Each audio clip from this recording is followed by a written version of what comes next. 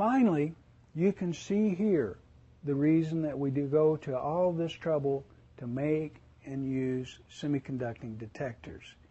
The first picture is a cobalt-60 spectrum taken with a sodium iodide detector, and the second here is a spectrum taken with a high-purity germanium. Notice the resolution of the two peaks in the high-purity germanium. What a difference, 30 times difference in resolution can do. Okay, I just saw one of you yawn and say, so what?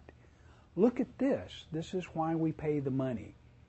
What sodium iodide smears out beyond recognition, high-purity germanium resolves into individual peaks.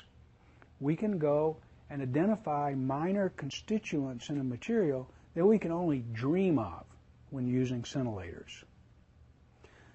Germanium detectors come in a variety of shapes and thicknesses of the p-n junction and of covering materials. Ultra-low energy germanium detectors have ultra-thin junctions and carbon fiber windows so they can be used in the sub-keV photon range. And as a hint, bring lots of money if you want one of these. Low energy germanium detectors can have beryllium windows, and the rest use aluminum. Coaxial detectors give a lot of volume but have a relatively large dead region at the surface, so they're only good for photons 50 keV and above.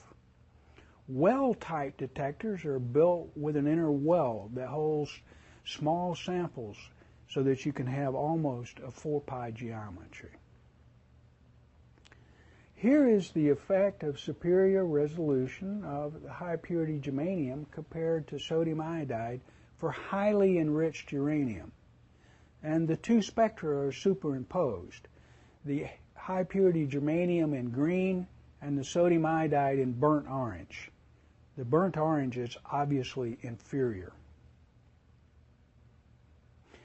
Here's another example showing sodium iodide, high-purity germanium, and cad zinc telluride, another type of semiconducting detector. The resolution of the cadmium zinc telluride is not as good as high-purity germanium, but is still far superior to sodium iodide. I think that by looking at the three spectra here, it's easy to understand that resolution is very useful in complex spectra like uranium and plutonium. A very important feature here is the 186 keV peak from U-235. It is this peak that we use as a quantitative measure of the U-235 in the sample. Also notice that the uranium characteristic X-rays at around 100 keV. We can hypothesize that the sample we measured here is HEU, based on the height of the 186 keV peak to the uranium X-rays. The source material for these three spectra is freshly made HEU.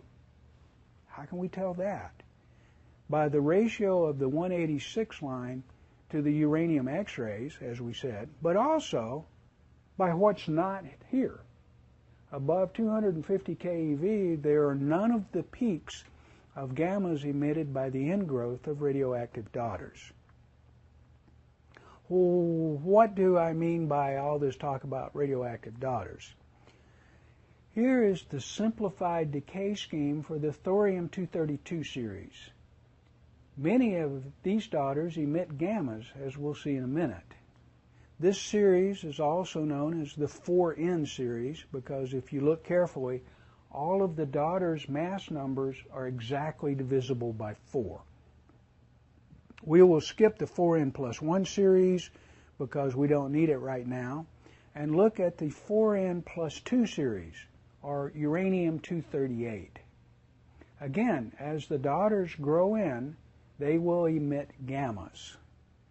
And finally, here's the 4N plus 3, or the uranium-235 series. And it is these daughters that we didn't see in our spectrum. If the sample were LEU, we would have a Compton continuum, and that area from the 1001 keV peak from U-238, which is actually from the daughters, but who's counting? Since detectors are much more efficient for counting low energy gammas than high energy ones, it's very common for us to measure the enrichment of a sample by measuring the relative strength of the 186 keV peak to the Compton continuum above the 186 keV.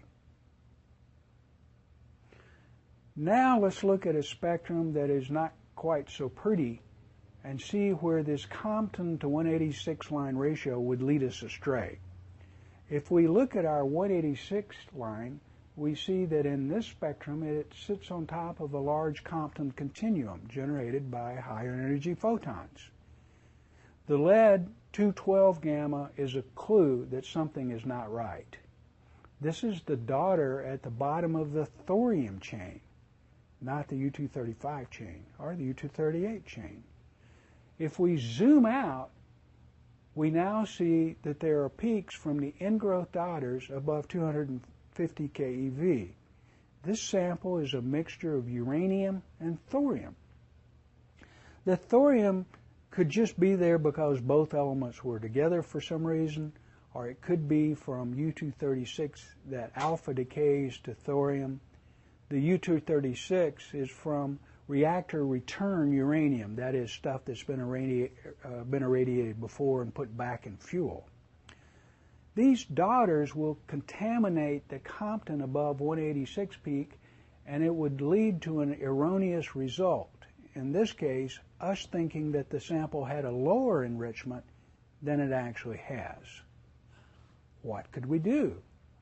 We could take a broad energy spectrum, and then the 238 peaks could be measured directly, and we could ratio the 186 keV peak to the 1001 keV peak, although this is actually not a common thing to do since you have to count for a long time to get good statistics in the 1001 keV peak. Okay, what does LEU spectrum look like? Here you can see the 238 gammas at high energy and how they forced the 235 gammas to ride on their Compton continuum, which makes the Compton 186 line ratio useful to assess enrichment. But also realize that this ratio will change with time as the daughters grow in.